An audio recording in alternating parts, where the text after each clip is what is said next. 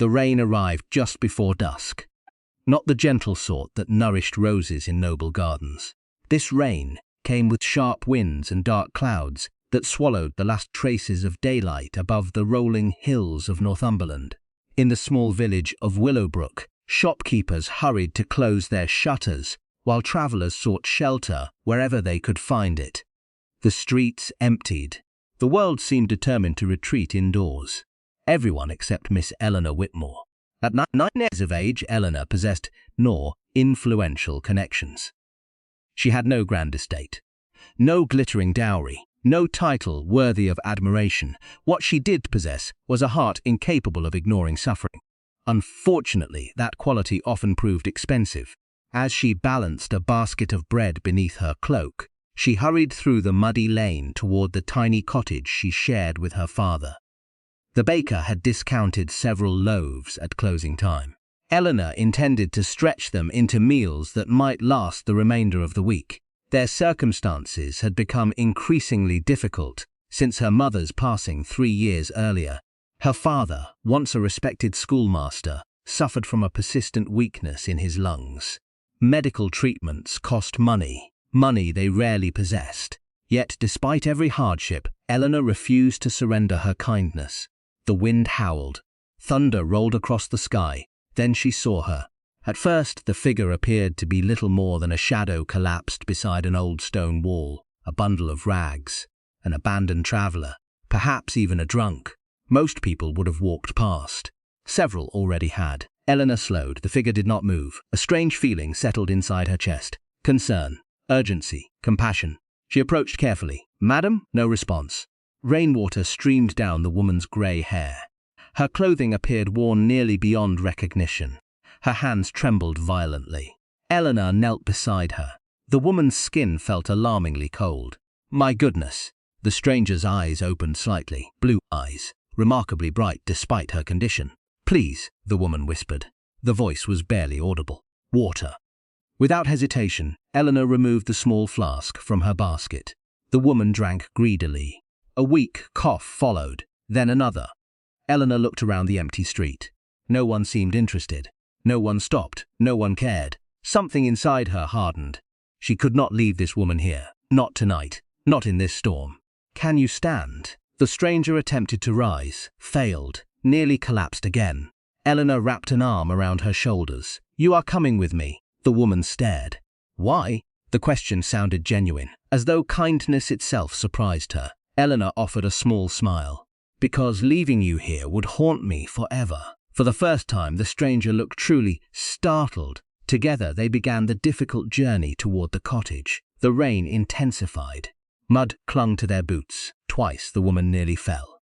Twice, Eleanor caught her. By the time they reached the cottage, both were soaked to the bone. Inside, a modest fire crackled within the hearth. Mr. Whitmore looked up from his chair. "Eleanor?" Then he noticed their guest. His brows rose. A traveller? A woman who needed help? The old schoolmaster studied the stranger carefully. Years of teaching had given him unusual instincts regarding character. Something about the woman's posture felt different. Even beneath exhaustion, even beneath rags, there remained traces of dignity, refinement, authority. Curious, very curious. Yet he asked no questions. "Bring her closer to the fire." The stranger sat. Warmth slowly returned to her pale cheeks. Eleanor prepared soup from the last vegetables remaining in their pantry. Not because they had plenty, but because they had enough to share. As steam rose from the bowl, the old woman stared at it silently. Her eyes glistened. "Needn't waste your food on me." "It isn't wasted." The woman hesitated, then took the spoon. One bite, then another. Soon she ate as though she had not seen a proper meal in days. Perhaps she had not. Eleanor quietly placed half a loaf of bread beside her. The woman looked up. "Why are you doing this?" Again the question. Again the disbelief. Eleanor laughed softly. "Must there always be a reason?" The stranger said nothing. Yet something profound shifted behind her eyes. The evening passed. The storm raged outside. Within the cottage, warmth slowly replaced fear. Eventually the woman introduced herself. Only Agnes. No surname. No history. No explanation. And Eleanor did not press. Some secrets revealed themselves in their own time. Later, after her father retired for the evening, Eleanor prepared a small bed near the hearth. The stranger watched every movement. "You trust me?" "I trust that you needed help." The woman's gaze lingered on her, longer than expected, as though memorizing her face, every feature, every kindness, every word. Finally she spoke. "You remind me of someone. My mother said that often." A faint smile appeared. "Then she must have been remarkable." Silence settled between them. Outside, lightning illuminated the cottage windows. Inside, the fire danced. The old woman looked into the flames, and for a brief moment, Eleanor noticed something impossible. Not poverty, not weakness, not desperation, power, hidden, buried, but unmistakable. Before Eleanor could think further, the woman closed her eyes. Sleep claimed her. The mystery remained. Yet many miles away, across dark forests and rain-soaked roads, chaos consumed one of England's grandest estates. Servants rushed through marble corridors. Footmen searched every village. Riders galloped through the storm carrying lanterns. The entire household of Blackthorn Hall had been thrown into panic, because the Dowager Duchess had vanished, and the Duke himself had just returned from London. Furious, terrified, determined to find his mother. No matter the cost, no matter how long it took. Standing before a massive fireplace, His Grace, Duke Alexander Ashford, listened as another search party reported failure. His jaw tightened. The room seemed to grow colder. "Search again." "But, Your Grace, again." The servant swallowed. "Yes, Your Grace." When the doors closed, silence returned. Alexander stared into the fire. For the first time in many years, fear touched his heart. His mother was all he had left. And somewhere beyond the darkness, she was alone. What neither he nor anyone else knew was that at this very moment, the woman they desperately sought slept peacefully beneath the humble roof of a poor village girl. A girl whose single act of compassion would soon alter the fate of both their lives forever. And when the Duke finally discovered who had saved his mother, nothing in England would remain quite the same. The storm had passed by morning. Sunlight spilled across the village of Willowbrook, painting the wet cobblestones with silver and gold. The world appeared renewed, fresh, peaceful. Yet beneath the peaceful surface, destinies had already begun to shift. Eleanor awoke before sunrise. Habit demanded it. Their small household could not afford laziness. Not when there were meals to prepare, errands to complete, and medicines to stretch beyond reason. Quietly, she descended the narrow staircase. The fire had burned low during the night. She knelt beside the hearth and carefully added fresh wood. As the flames brightened, she noticed movement nearby. Agnes was awake. The old woman sat in the chair closest to the fire, not sleeping, watching, observing, almost studying her. "You rise early," Agnes remarked. Eleanor smiled. "So do you." A curious look crossed the older woman's face. "You are not afraid of hard work." "Hard work and I became acquainted years ago." The answer earned the faintest smile. Eleanor moved toward the kitchen table. Within minutes, she was preparing breakfast. Simple porridge, nothing extravagant, nothing noble households would consider worth serving. Yet when the bowls were placed upon the table, Agnes accepted hers with surprising gratitude. Many aristocrats would have considered such food beneath them, but Agnes ate every spoonful. The old woman's eyes occasionally wandered around the cottage. The worn furniture, the patched curtains, the carefully repaired floorboards, evidence of struggle. Yet nowhere did she see bitterness. Nowhere did she find resentment. Only dignity. The realization fascinated her. After breakfast, Mr. Whitmore joined them. The old schoolmaster's breathing seemed somewhat improved this morning. A welcome blessing. As they shared tea, conversation flowed easily. Mostly harmless topics, village gossip, books, weather. Yet Agnes asked many questions, more than seemed natural. "What would you do," she asked suddenly, "if someone offered you wealth?" Eleanor paused. "That depends on what the price." Agnes lifted an eyebrow. "Most people would accept immediately. Most people have not learned that everything valuable costs something." The old woman remained silent, listening carefully. "What if the price was marriage?" Agnes asked. Mr. Whitmore nearly choked on his tea. "Eleanor receives enough questions regarding marriage already." His daughter laughed. "A question is harmless." Agnes watched her. Eleanor considered. "I would marry only for respect, not love." "Love fades when respect dies." The answer, seemed to strike something deep within the older woman, a memory perhaps, or a regret. Before she could reply, the distant sound of galloping horses shattered the morning calm. All three turned toward the window. The thunder of hooves grew louder, closer. Soon several riders appeared on the village road, powerful horses, fine uniforms. Men clearly belonging to noble service. Eleanor frowned. Willowbrook rarely received visitors of consequence. Certainly not this many. Agnes said nothing, yet her fingers tightened around her teacup. Outside, villagers emerged from homes and shops. Whispers spread rapidly. Children ran toward the road. Curiosity blossomed. The riders stopped near the village square. Moments later, another horse appeared, larger, black as midnight. The animal carried a single rider, a man, tall, broad-shouldered, commanding. Even from a distance, his presence transformed the atmosphere. The entire village seemed to notice him. Some instinctively stepped aside. Others stared openly. The stranger removed his gloves, dark hair, strong features, aristocratic bearing. Authority radiated from him like heat from a fire. Eleanor felt an odd sensation, not fear, not admiration, awareness. The man possessed the kind of presence that altered rooms simply by entering them.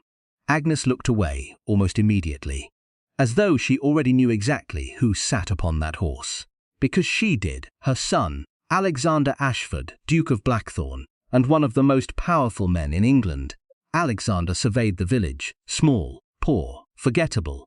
The sort of place most members of the aristocracy passed without a second glance.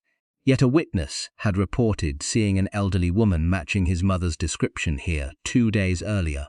That single lead had brought him to Willowbrook. After nearly a week of searching, the village magistrate hurried forward, nervous, sweating. "Your Grace." Alexander dismounted. "Tell me everything." The man nodded rapidly. Several villagers remember an elderly traveler. Alexander's attention sharpened. "Continue." She appeared exhausted. "When?" "During yesterday's storm." His pulse quickened. "And where is she now?" The magistrate hesitated. That hesitation immediately annoyed him. "Speak." "We do not know." The Duke's expression darkened. The poor man nearly shrank. "She vanished after nightfall." Alexander turned away. Frustration threatened his composure. Another dead end. Another failure. Days had passed. His mother could be injured, lost, worse. The possibilities haunted him. Then an elderly shopkeeper approached, timidly. "Your Grace." Alexander looked toward him. The man swallowed. "I may know something." Hope flickered. "What?" "I saw Miss Whitmore helping an old woman during the storm." Everything around Alexander seemed to stop. "Whitmore?" "Yes, Your Grace." The shopkeeper pointed toward the far edge of the village. "A schoolmaster's daughter." Alexander followed the direction. His eyes settled upon a modest cottage. Small, weathered, ordinary. Yet instinct told him the search had finally ended. Inside the cottage, Agnes slowly placed her cup upon the table. "Eleanor." The young woman turned. "Yes?" "Do me a favor." "Of course." The old woman rose. Despite her age, something regal emerged in her posture, something impossible to disguise. "If visitors arrive," she said carefully. "Allow me to speak first." Eleanor blinked. "Visitors? What visitors?" Then she heard it. Hoofbeats, approaching. The sound stopped directly outside. A heavy silence followed. Moments later came a knock. 3 measured strikes. Firm, controlled, powerful. The sort of knock given by a man accustomed to obedience. "Mr. Whitmore exchanged a glance with his daughter. No one moved. The knock came again. Agnes closed her eyes briefly, as though preparing herself. Then she smiled. A very different smile than before. One filled with hidden amusement. "He found me." "What?" Eleanor asked. Before anyone could answer, the cottage door opened, and standing in the doorway, framed by morning sunlight, appeared the most formidable man Eleanor Whitmore had ever seen. Tall, handsome, impossibly composed. Dressed in dark riding clothes that hinted at extraordinary wealth, his gaze swept the room. First the schoolmaster, then Eleanor, then his mother. The Duke froze. For the first time in days, genuine relief crossed his face. Mother. Eleanor's heart nearly stopped. Mother. The old woman she had rescued from the roadside rose calmly from her chair. A mischievous gleam sparkled in her eyes. "My dear Alexander." The Duke crossed the room in 3 strides. "You disappeared. You found me. You could have been hurt." "I was." The answer silenced him instantly. His gaze sharpened, concern replacing irritation. Then Agnes pointed toward Eleanor. And if not for this remarkable young lady, her voice softened, you would not be speaking to me now. The Duke slowly turned, for the first time, truly looked at Eleanor, and something unexpected happened. For a brief, impossible moment, neither looked away. For several long seconds, silence filled the cottage, the kind of silence that seemed to stretch beyond sound itself. Eleanor stood frozen beside the kitchen table.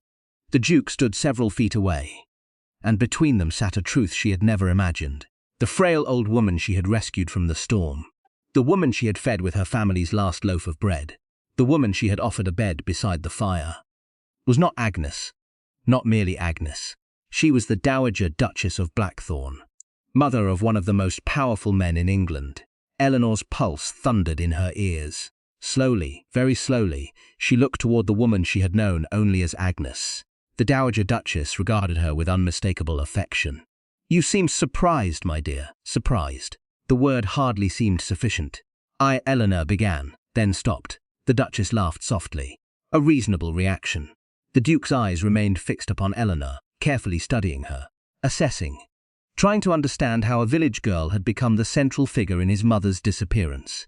He had expected many things: kidnappers, fraudsters, opportunists, fortune hunters. He had not expected her. The young woman standing before him looked neither ambitious nor calculating.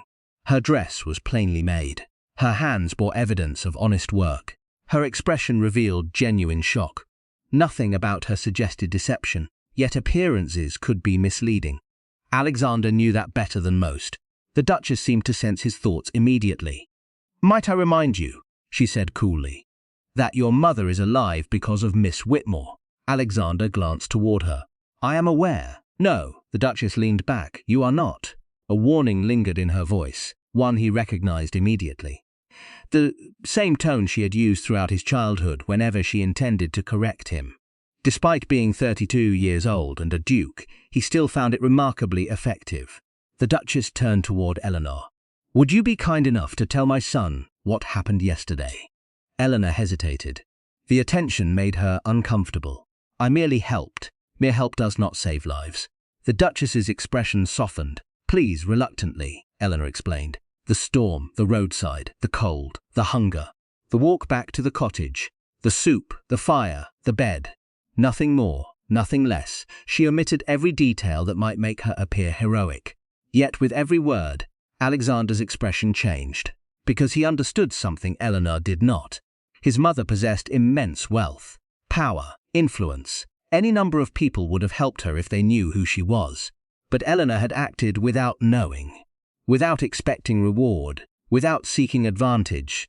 She had helped because someone needed help. That realization unsettled him more than he cared to admit.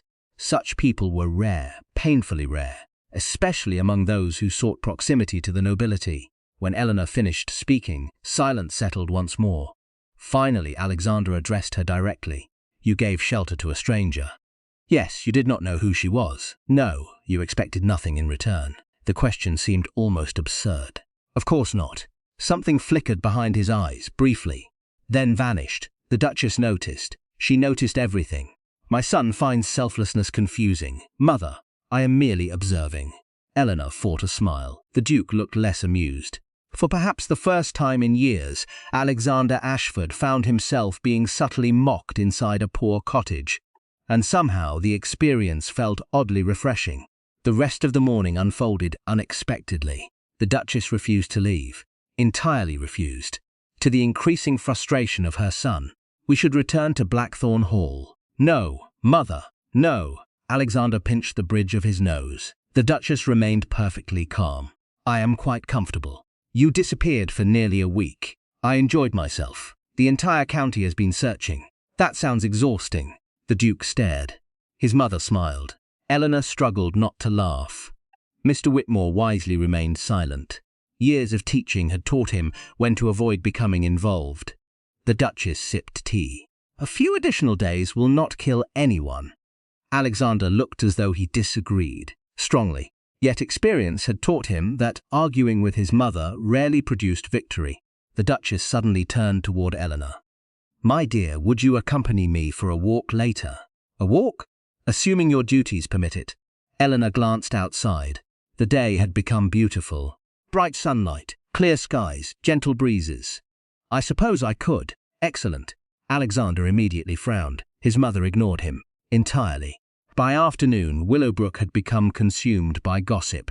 News traveled through villages faster than wildfire. Everyone now knew. The Dowager Duchess had spent the night in Eleanor Whitmore's cottage. The Duke himself had arrived, and, most astonishing of all, neither noble appeared eager to leave. Speculation flourished. Wild theories emerged. Several became increasingly ridiculous. One woman claimed Eleanor had secretly inherited royal blood. Another insisted she must have saved the Duchess from highwaymen. A third suggested fate itself had intervened. Only Eleanor knew the truth, and even she found the situation difficult to understand. As promised, she accompanied the Duchess on a walk. The older woman insisted upon leaving her attendants behind, much to Alexander's displeasure. Again. The village lanes glowed beneath afternoon sunlight. Children played. Birds sang. Flowers swayed gently in the breeze. For several minutes neither woman spoke. Then the Duchess broke the silence. "Do you know why I left Blackthorn Hall?" Eleanor shook her head. "No, because I was lonely." The answer surprised her. The Duchess smiled sadly. "People assume wealth solves loneliness. It does not." "No." The older woman gazed toward distant hills. "It merely provides more comfortable rooms in which to experience it." Eleanor considered that. The Duchess continued.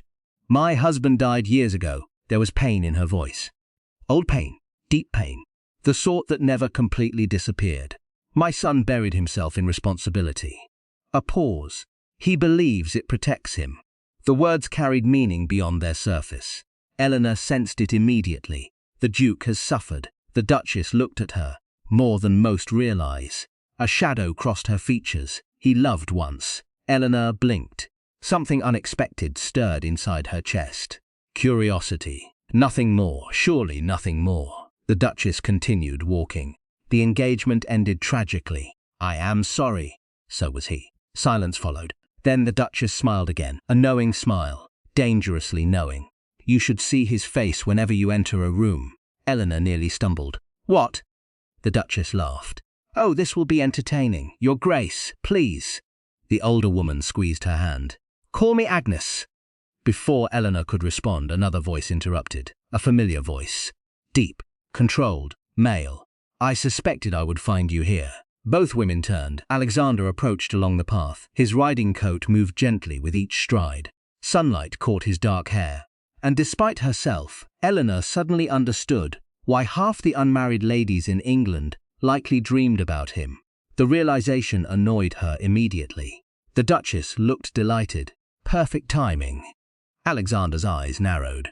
Whenever his mother appeared delighted, trouble usually followed. "What have you done?" "Nothing." The innocence in her voice convinced no one, especially not her son. The Duchess linked one arm through Eleanor's. Then, before either could react, she reached out and seized Alexander's arm as well.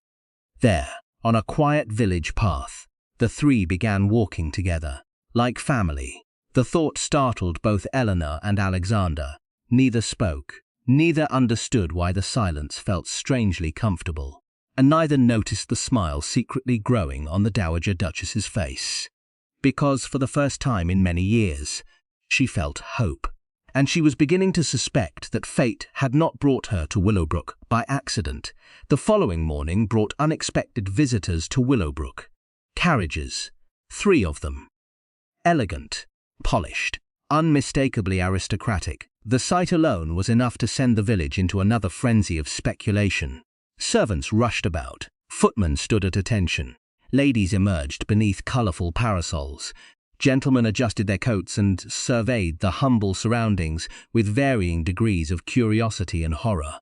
The arrival had one purpose: to retrieve the Dowager Duchess. Unfortunately for them, the Dowager Duchess had purposes of her own. And those purposes involved Eleanor Whitmore. Inside the cottage, Agnes examined herself in a small mirror. A lady's maid had finally reached Willowbrook late the previous evening. As a result, the Duchess no longer resembled an elderly traveller. The transformation was astonishing. Her silver hair had been elegantly arranged. A rich gown of deep sapphire silk replaced worn clothing. Jewels glittered softly at her throat. She looked every inch the formidable woman she truly was. Eleanor almost failed to recognize her. "You look beautiful." The compliment appeared genuine. That pleased the Duchess more than any flattery from London society. "Do I?" "Very much so," Agnes smiled. "Then perhaps I shall permit Blackthorn Hall to have me back eventually." A voice sounded from the doorway. "That would be appreciated. Alexander." The Duke entered the room. For a brief moment Eleanor forgot to breathe. Not because he was a duke, not because he possessed power, but because she had never before seen him dressed for society. His dark coat fit perfectly. His cravat was immaculate. Every detail reflected effortless refinement. The sort of elegance impossible to purchase. One either possessed it or did not. The realization irritated her again. Twice in 2 days, an alarming trend. Alexander noticed her looking. Their eyes met. A faint smile threatened the corner of his mouth, then disappeared before anyone else could see it. Unfortunately, Agnes saw everything and enjoyed every moment. The visitors were announced shortly thereafter.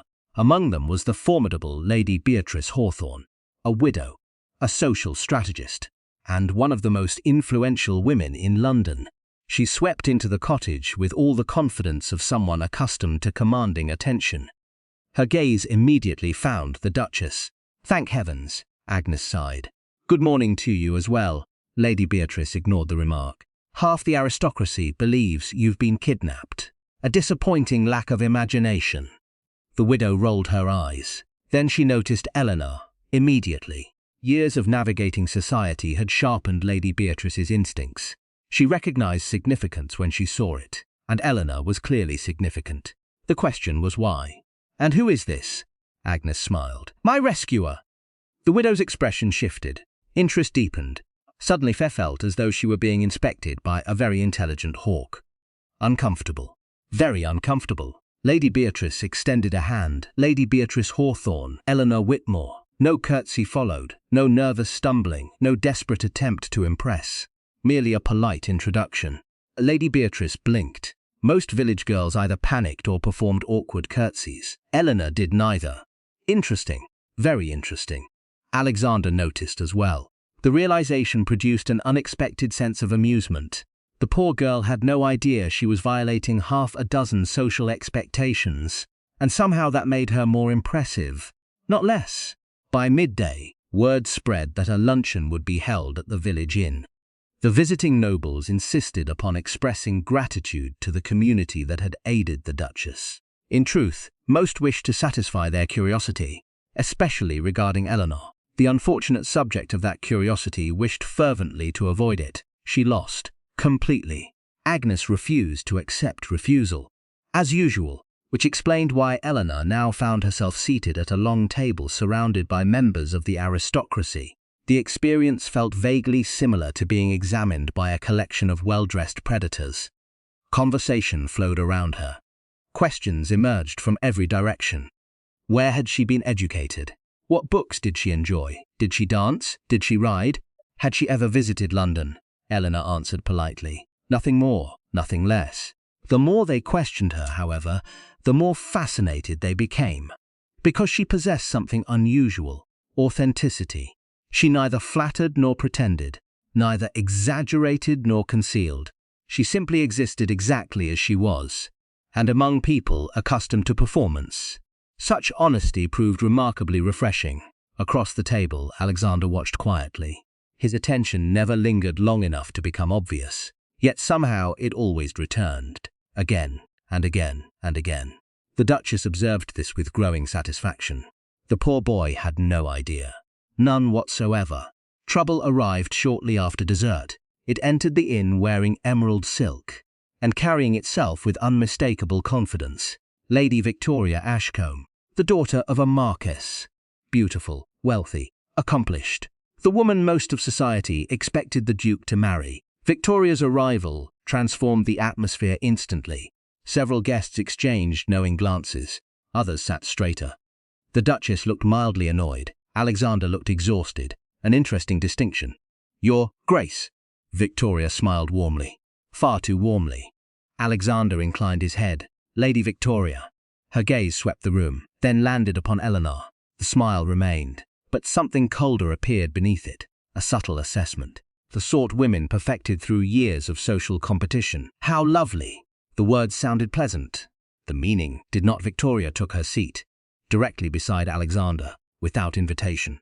Eleanor noticed, then immediately scolded herself for noticing. Why should she care? She did not.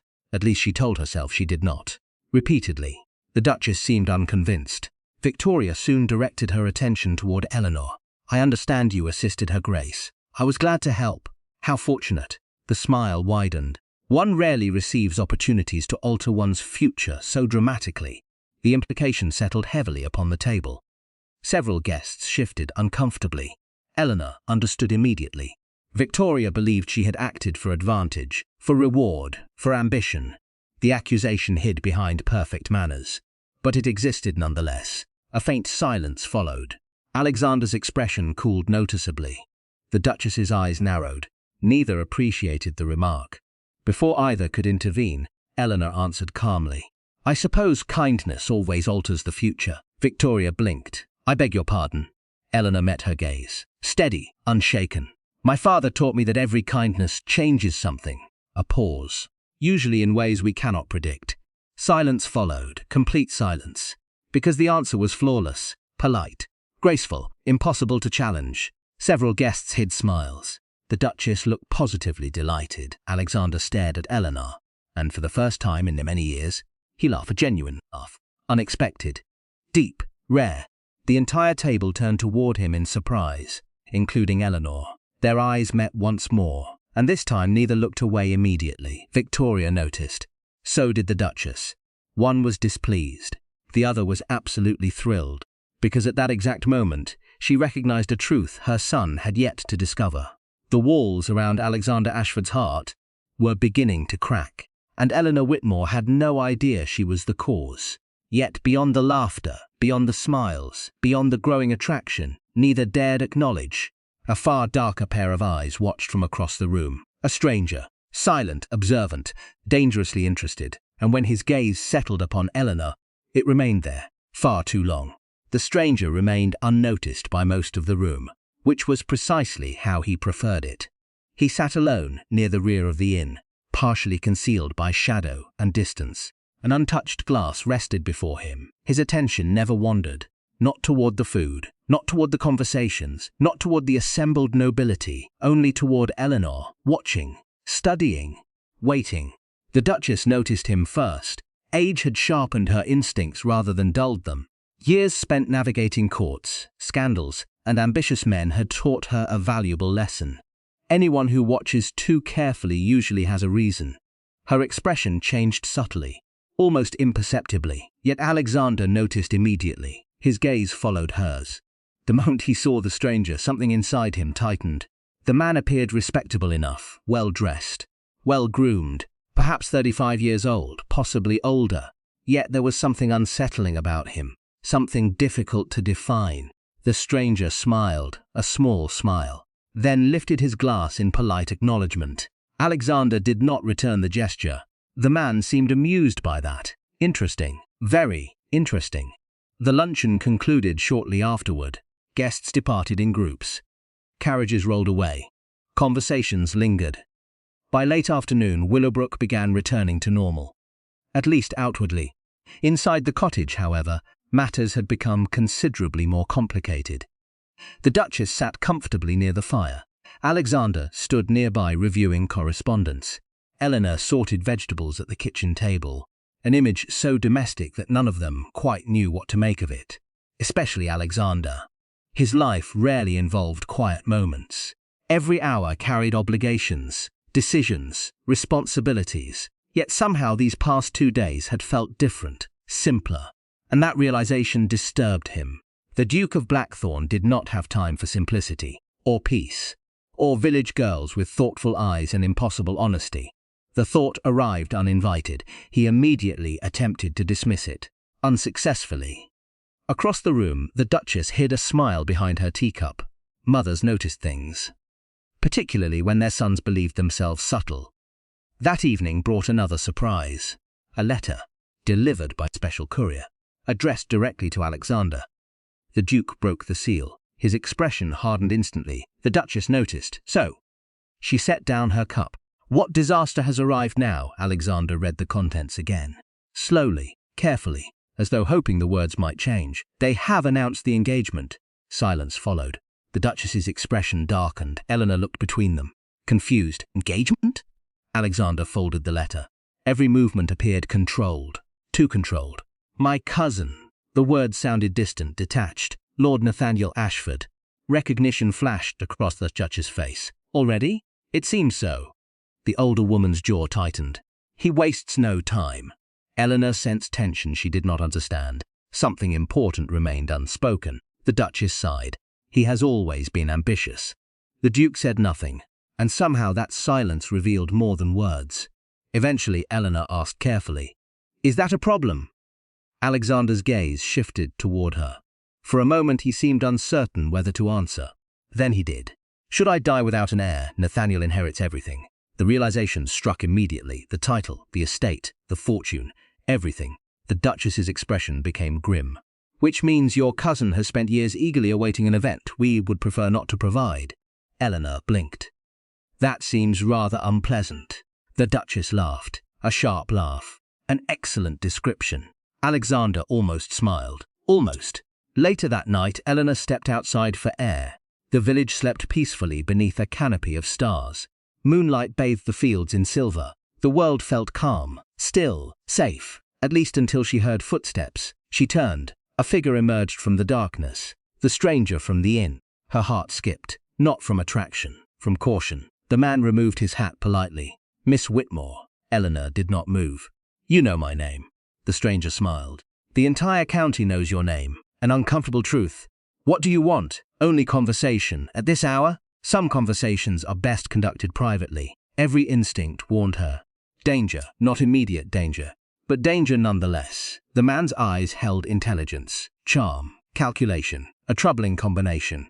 I prefer daylight conversations, the stranger chuckled. Sensual. He stepped closer. Not enough to threaten. Enough to create unease. My name is Jonathan Blackwell. The name meant nothing to Eleanor, yet something about it seemed familiar. I see. I suspect you do not. The smile remained, cold around the edges. I merely wish to congratulate you. For what? Your remarkable change in fortune. The words sounded harmless. Yet she disliked them immediately. My fortune has not changed. Mr. Blackwell studied her. You truly believe that? I know it. The amusement vanished from his eyes. Then perhaps you are even more unusual than I imagined. Before Eleanor could answer, another voice interrupted. Sharp, dangerously calm. Step away from her. Both turned. Alexander stood several yards away. Moonlight illuminated his face. And for the first time since arriving in Willowbrook, he looked every inch the powerful Duke feared by half of England. Blackwell smiled. Your Grace. Alexander approached, slowly, deliberately. The atmosphere changed instantly. Even the air felt heavier. Leave. The command contained no anger, only certainty. Blackwell's gaze moved between them. Something thoughtful entered his expression. Then he bowed. As you wish. The man departed, yet before disappearing into darkness, he glanced back. His eyes settled briefly upon Eleanor, then upon Alexander, and he smiled, a knowing smile, one that left neither comfortable. When he vanished, silence returned. Eleanor released a breath she had not realized she was holding. Thank you. Alexander continued, watching the darkness. I do not trust him. Neither did she. Who is he? The Duke's expression hardened. A man who should not be here. The answer revealed little, yet somehow revealed enough. Eleanor folded her arms. That is not particularly reassuring. A faint smile touched his lips. No, it is not. For several moments neither spoke. The moon hung above them. The village remained silent. And suddenly Eleanor became acutely aware that they were standing alone together. Again, the realization felt dangerous. Not because of him. Not because of her. But because she had begun looking forward to these moments, which was far more alarming than any mysterious stranger. Alexander seemed to experience a similar realization, because his expression shifted, subtly. The distance between them felt smaller than before, the silence warmer, more intimate. Neither knew what to say. Fortunately, or unfortunately, the Duchess chose that exact moment to appear in the cottage doorway. She looked from Alexander to Eleanor. then back again.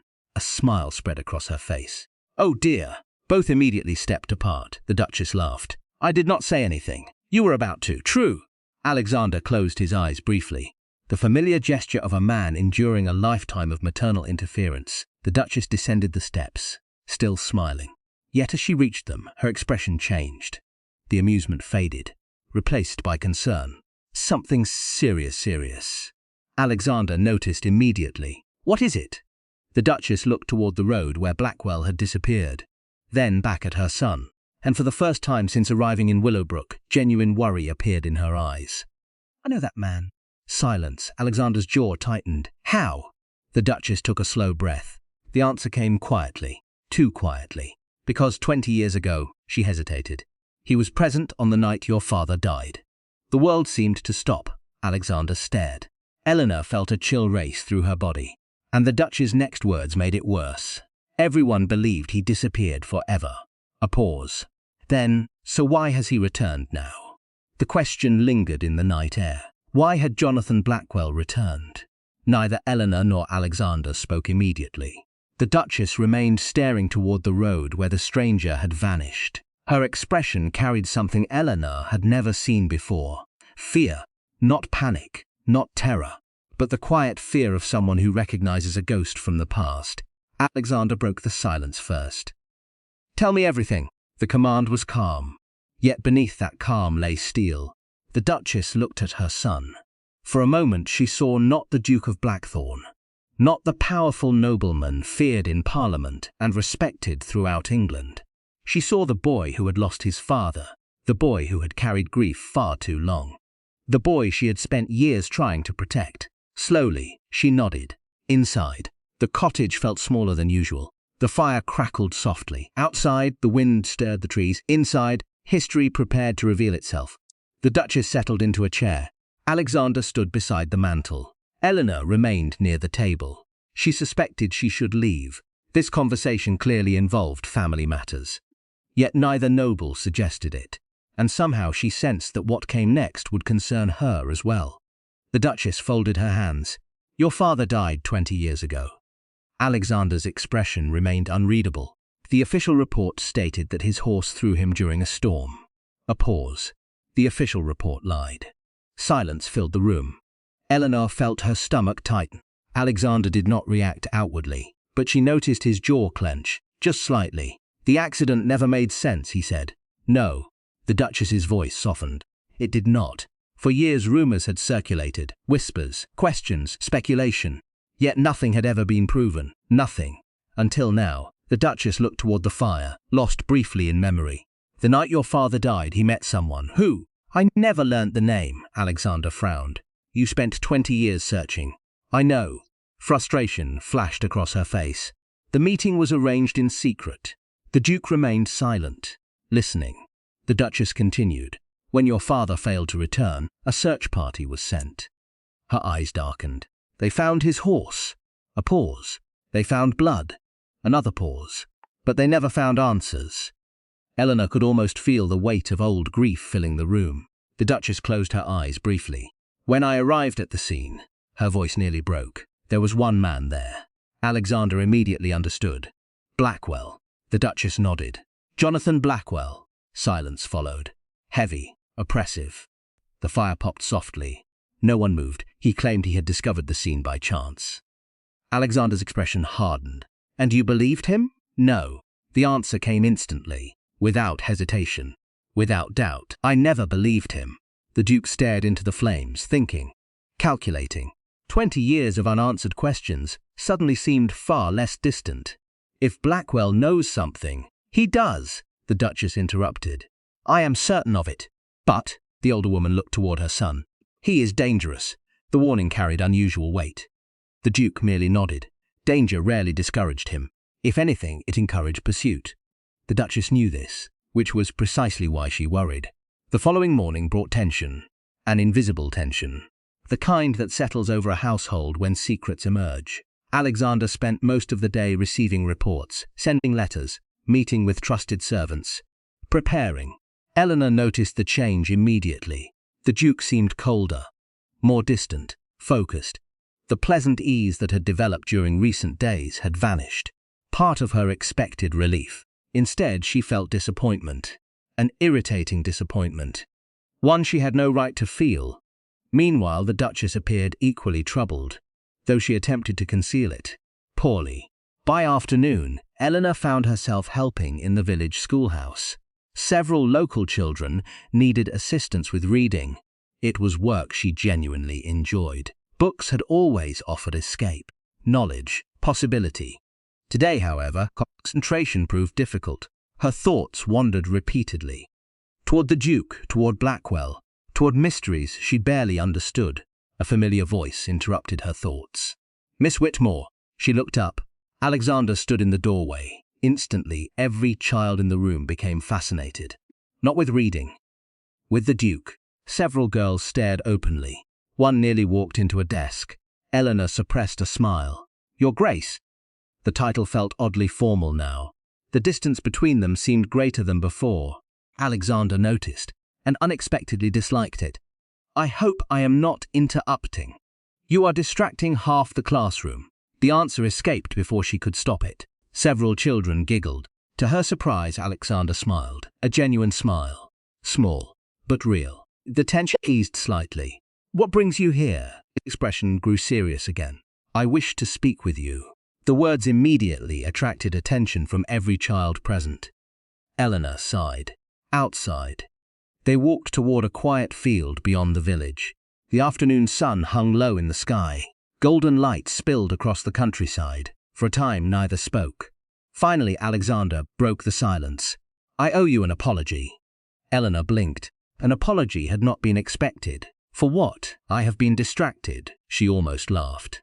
"Your Grace, you have discovered possible evidence connected to your father's death." A reasonable excuse. "I know." The Duke looked ahead. "But that does not excuse discourtesy."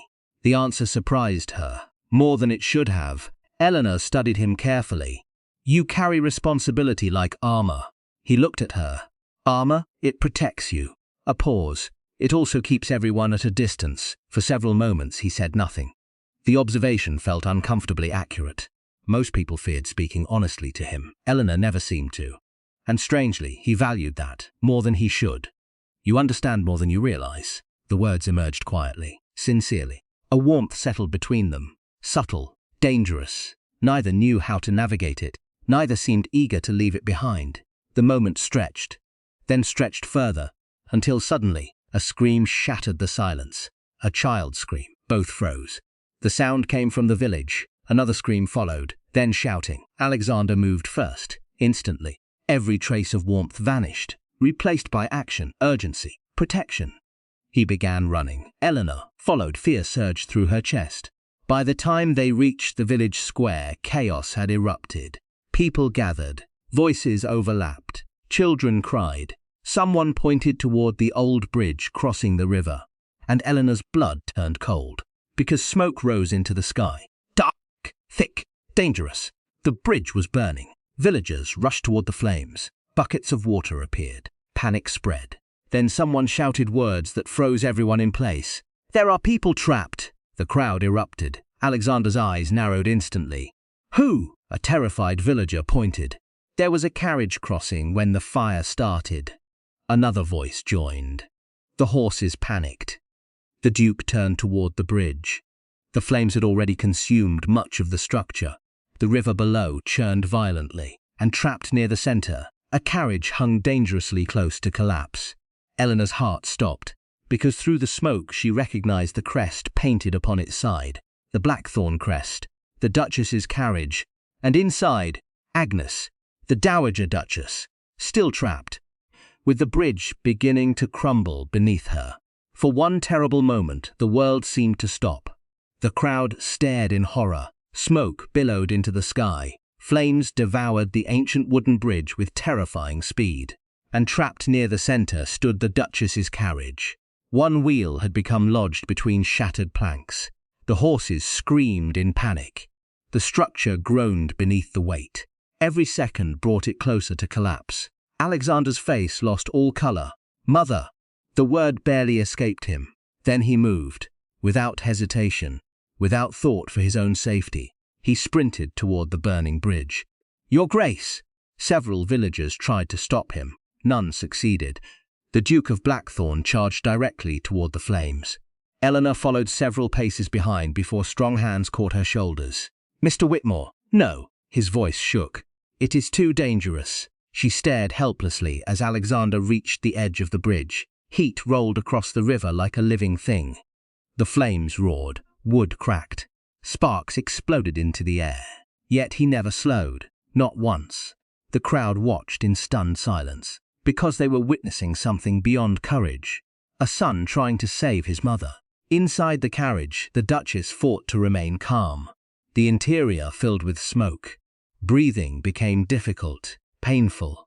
The horses had nearly overturned the vehicle when the fire erupted. Now escape seemed impossible.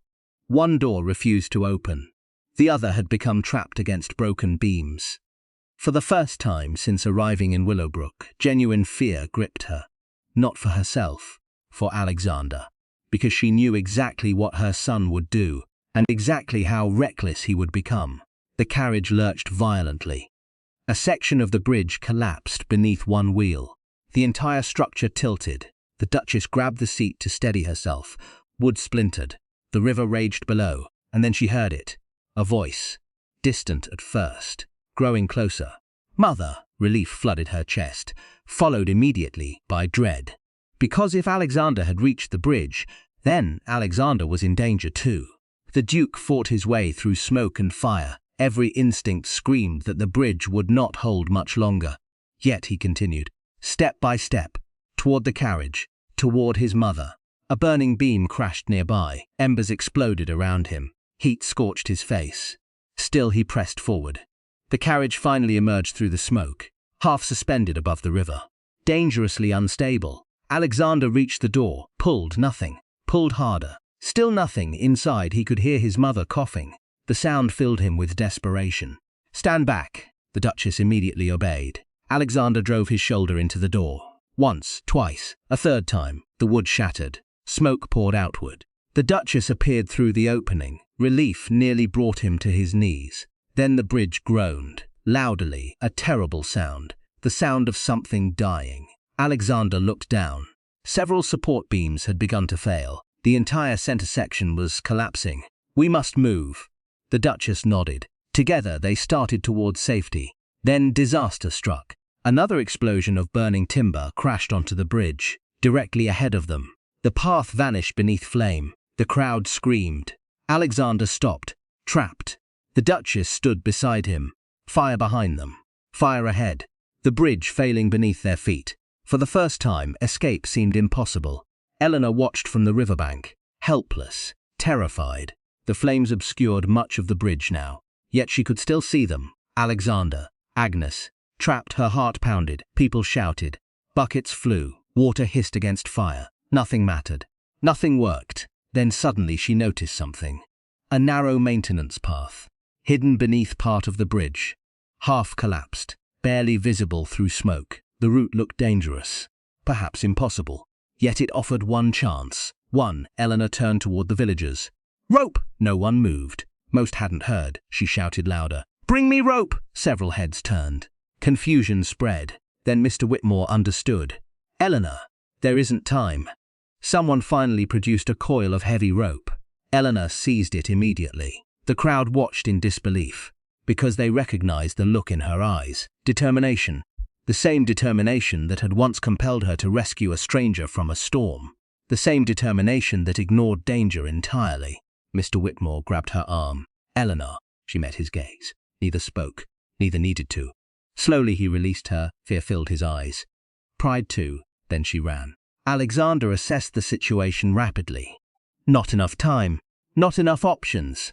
The bridge continued collapsing. Another minute and the entire structure would fall into the river. The Duchess touched his arm. "Alexander." He looked at her. "You must jump." "No." The answer came instantly, without hesitation, without consideration. The Duchess almost smiled. Even now, even here, he remained her son, stubborn beyond reason. A sudden voice echoed through the smoke. "Your Grace!" Alexander turned. Disbelief flooded his face. "Eleanor?" She emerged along the maintenance path beneath the bridge, covered in soot, clutching a rope. The Duchess stared, horrified, impressed, entirely unsurprised. "My dear girl," she muttered. "Of course you came." Eleanor ignored the flames, ignored the danger, ignored the crowd screaming for her to turn back. She secured the rope around a support beam that had somehow survived, then threw the other end toward Alexander. "Catch it," the Duke did. Instantly, the plan became clear. The maintenance path connected to solid ground, barely, dangerously, but it connected. "Eleanor, get back!" "No!" The answer shocked him, not because she refused, because she ordered him. "Bring Agnes!" The Duchess nearly laughed, despite the circumstances. The girl was remarkable, absolutely remarkable. The bridge shuddered again. A massive crack split the air. Everyone froze. The center supports had finally given way. Collapse had begun. Alexander acted immediately. One arm around his mother, the other gripping the rope. They moved toward Eleanor. The bridge crumbled behind them. Wood vanished into the raging river. Flames erupted upward. The crowd screamed. Step by step, foot by foot, they crossed. Closer, closer, closer. Then disaster struck again. A section of the maintenance path broke beneath Eleanor. The young woman cried out. Suddenly there was nothing beneath her feet. The world tilted. The river rushed below, and Eleanor fell. The crowd gasped. The Duchess screamed. For one horrifying second it seemed she would disappear into the torrent. But a hand caught hers. Strong, unyielding, Alexander. He dropped to one knee, gripping the rope with one hand, holding Eleanor with the other. The strain immediately showed. The position was impossible. The weight, the fire, the collapsing bridge. Any one of them could have torn his grip free. Yet he refused to let go. Their eyes met through smoke and chaos. Neither spoke, neither needed to. Because in that moment, each understood something undeniable. The possibility of losing the other felt unbearable. The realization struck both simultaneously. Terrifying, impossible, true, hold on. His voice emerged rough, fierce, desperate. Eleanor nodded. For the first time since they met, genuine fear filled her eyes. Not fear for herself, fear that he might let go. Alexander's grip tightened, as though sensing the thought, "I have you." The words carried extraordinary weight, and somehow she believed him completely. With one final effort, he pulled her upward. The crowd erupted as Eleanor reached solid ground. Moments later, Alexander and the Duchess followed. Behind them, Blackwater Bridge collapsed entirely. The burning structure vanished into the river. Gone. At last. Safe. The villagers cheered. Some cried. Others simply stared in stunned disbelief. The Duchess immediately embraced Eleanor tightly, emotionally. "My brave girl." Eleanor's eyes filled with tears. The older woman kissed her forehead, then stepped back, only to discover Alexander still watching Eleanor. Not the fire, not the crowd, not the destruction, only Eleanor. The expression on his face made the Duchess's heart skip, because she had seen that look before, years ago, on another face, the face of Alexander's father, the day he realized he had fallen in love. And at that exact moment, standing amid smoke and ash and cheering villagers, the Duchess knew the danger threatening her son was no longer fire, nor secrets, nor Jonathan Blackwell. It was far more powerful than any of them. And judging by the way Eleanor looked back at Alexander, the danger was mutual. The story of Blackwater Bridge spread across the county before sunrise. By noon, it had reached neighboring towns. By evening, it had reached London. And within 3 days, half the aristocracy seemed determined to discuss little else. The details changed depending upon the storyteller. Some claimed Eleanor had walked through fire. Others insisted she had personally carried the Duchess to safety. One particularly imaginative account suggested she had leaped into the river and battled the current itself. The truth was dramatic enough. Reality required no embellishment. Yet society rarely concerned itself with reality. It preferred legends, and Eleanor Whitmore was rapidly becoming one. A development she found deeply inconvenient. 3 days after the bridge fire, Blackthorn Hall finally reclaimed its Duchess. Not because Agnes wished to leave Willowbrook. Quite the opposite. She had resisted until the very end. But practical concerns eventually prevailed. The estate required attention. Correspondence demanded answers. And despite her protests, Alexander had become impossible to argue with after the bridge incident. The experience had shaken him, far more than he admitted. The Duchess understood why. He had nearly lost her, again. The old wound left by his father's death had reopened. She recognized the signs, the extra caution, the increased protectiveness, the restless energy. For all his power and composure, Alexander remained vulnerable where family was concerned, which was precisely why she intended to interfere. Extensively. The morning of her departure arrived bright and clear. Several carriages waited outside the cottage. Servants loaded luggage. Footmen stood ready. Everything appeared prepared. Everything except the Duchess, because she was currently refusing to enter her carriage. Entirely. Alexander pinched the bridge of his nose, a gesture becoming increasingly frequent. "Mother, you have not yet heard my proposal. I already dislike it." The Duchess smiled sweetly. "Then you shall be delighted to discover it concerns Eleanor." Alexander immediately became suspicious, very suspicious. Across the yard, Eleanor suddenly found herself equally nervous. The Duchess beckoned. "My dear, come here." Reluctantly, Eleanor approached. Agnes took both her hands. The gesture felt unexpectedly emotional. For several moments, the older woman simply looked at her, as though memorizing her face. "You saved my life," Eleanor began to protest. The Duchess squeezed her hands. "No." Her voice softened. "Allow me this." Silence followed. Then Agnes smiled. "You have become very dear to me." The words touched Eleanor more deeply than expected. Her eyes glistened. The Duchess continued. "And therefore I shall not accept farewell." Alexander closed his eyes. "Here it comes." He knew that tone. The Duchess turned dramatically.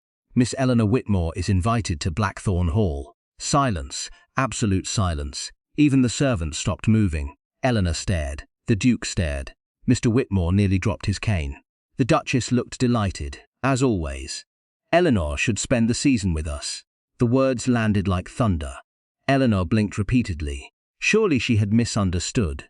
"The season?" "Yes, at Blackthorn Hall, naturally." The Duchess appeared entirely serious. Alexander finally intervened. "Mother, no. You cannot simply." "I absolutely can." The Duchess turned back toward Eleanor. "My invitation stands." Eleanor struggled to find words. Any words. I appreciate the kindness, but..." "Nonsense." The Duchess waved away the objection. "You require no immediate answer." The statement suggested she fully expected acceptance eventually. Alexander noticed. Unfortunately, after considerable discussion, farewells finally commenced. The Duchess embraced Eleanor tightly. Then Mr. Whitmore. Then several villagers. By the time she entered her carriage, half the village appeared emotional. The other half appeared curious, particularly regarding the invitation. As the procession prepared to depart, Alexander approached Eleanor. Alone, the crowd wisely pretended not to notice, very poorly. "You need not feel obligated."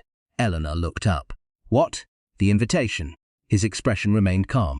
"Whatever decision you make, my mother will understand." Both knew that was untrue. The Duchess understood many things. Being denied was not among them. Eleanor smiled. "You are attempting diplomacy." The faintest hint of amusement touched his face. "Am I succeeding?" "Not particularly." A brief silence followed. Comfortable. Dangerous. The sort of silence growing increasingly common between them. Alexander glanced toward the waiting carriages, then back toward her. Unexpected reluctance settled within him. Leaving suddenly felt far less appealing than it should.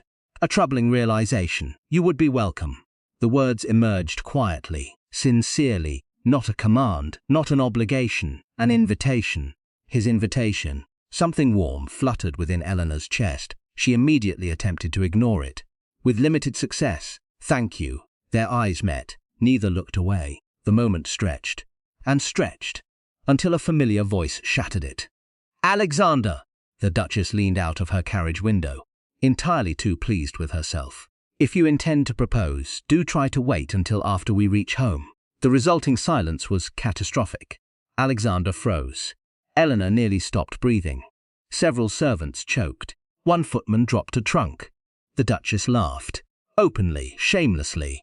The Duke's expression suggested years of accumulated patience were rapidly evaporating. "Mother." The warning carried extraordinary force. The Duchess remained unmoved, as usual. "Drive on!" Alexander ordered. The coachman wisely obeyed. The carriages finally departed, leaving behind a cloud of dust and one very embarrassed Duke. 3 days later, A letter arrived, addressed to Eleanor, bearing the blackthorn seal. The sight alone attracted attention throughout Willowbrook. Eleanor retreated to the privacy of the cottage before opening it. Inside, she discovered elegant handwriting. The Duchess's. Of course. Who else? The letter contained several pages. Most discussed life at Blackthorn Hall. Stories, observations, mild complaints regarding Alexander. Entirely expected. Near the end, however, Eleanor found something else. A personal note, short, simple, unexpected. My dear Eleanor, I find myself missing our conversations. Blackthorn Hall is magnificent, but it remains far less interesting without you. Should you ever wish to visit, know that you would bring great happiness to an old woman who owes you more than she can repay. And perhaps, just perhaps, you might discover that certain people miss you more than they are willing to admit. With affection, Agnes. Eleanor immediately knew who that final sentence referred to, which was precisely why she reread it 3 times. Then a fourth, entirely for verification purposes. Nothing more, absolutely nothing more. That same evening, many miles away at Blackthorn Hall, Alexander sat alone in his study. A fire burned quietly. Documents covered his desk, yet his attention remained elsewhere. He had attempted work, repeatedly, failed repeatedly, irritating pattern. A knock sounded. Enter. The door opened. The Duchess appeared. Smiling, Alexander became wary instantly. What have you done now? The question felt reasonable. The Duchess sat gracefully opposite him. I sent a letter. His eyes narrowed. To whom? The smile widened. That was answer enough. Alexander sighed heavily. The Duchess looked delighted. For a moment neither spoke. Then the older woman became serious. Unexpectedly serious. She makes you happy. The words struck harder than expected. Alexander looked away, toward the fire, toward safety, toward anything except the truth. The Duchess watched silently. Finally he spoke. That is not enough. Pain lingered beneath the statement. Old pain. The pain of loss, of disappointment, of loving once and suffering for it. The Duchess understood immediately. You are afraid. He said nothing. Which answered everything. The older woman rose slowly. Before leaving, she placed one hand upon his shoulder. A mother's gesture. Gentle, steady, wise. Do not allow old heartbreak to convince you that happiness is dangerous. Silence followed. Then she left. Alone once more, Alexander stared into the fire. And despite every effort, his thoughts returned to Eleanor. Again, and again, and again. What neither he nor Eleanor knew was that Jonathan Blackwell had not remained idle. Far from it. Because at that very moment, in a secluded London townhouse, Blackwell stood before another man. A man Eleanor had never met. A man whose ambition exceeded even his greed. A man who possessed a direct claim to Blackthorn's fortune. Lord Nathaniel Ashford, the Duke's cousin and heir presumptive. Nathaniel accepted a glass of brandy. His expression remained thoughtful. Are you certain? Blackwell smiled. Slowly, dangerously. I have never been more certain. Nathaniel's gaze sharpened. And the girl? Blackwell walked toward the window, looking out into the darkness. She is becoming a problem. A long silence followed. Then Nathaniel asked the question that changed everything. What would you suggest we do about her? Blackwell's smile widened. Cold, calculating, without mercy. And for the first time since rescuing a poor old woman beside a storm-soaked road, Eleanor Whitmore had unknowingly become the target of powerful enemies. The invitation arrived exactly 1 week later. Not from the Duchess, not from Alexander, but from Blackthorn Hall itself. The envelope bore the estate's crest embossed in gold. Elegant, formal, impossible to ignore. Eleanor stared at it for several minutes before opening it. A curious mixture of anticipation and apprehension stirred within her. She already suspected what awaited inside. The moment she unfolded the letter, her suspicion proved correct. Blackthorn Hall would host its annual autumn ball, one of the most prestigious events in northern England. Nobles from across the country would attend. Members of Parliament, dukes, earls, viscounts, ladies whose names appeared regularly in society columns. And among the honoured guests, Miss Eleanor Whitmore. The invitation concluded with a personal note written in familiar handwriting. You have delayed your answer long enough. Come, I miss you. Agnes. Eleanor laughed despite herself. Only the Duchess could transform a formal invitation into what felt remarkably like a command. Across the room, Mr. Whitmore lowered his newspaper. That expression worries me. His daughter smiled. Why? Because it resembles your mother's expression whenever she was about to do something life-changing. That observation silenced her. Life-changing. The phrase lingered, because deep down she suspected he might be correct. 3 days later, Eleanor Whitmore arrived at Blackthorn Hall. Nothing could have prepared her for the sight. The estate emerged from the countryside like something from a dream. Towering stone walls, magnificent gardens, grand fountains, ancient oak trees lining the drive. Every detail reflected generations of wealth and history. The carriage continued forward, and forward, and forward. The property seemed endless. Eleanor suddenly understood why Blackthorn remained one of England's most powerful estates. The hall itself appeared almost mythical. Sunlight glimmered against countless windows. Elegant towers rose above the surrounding landscape. The structure possessed beauty, but also strength. The unmistakable presence of something built to endure.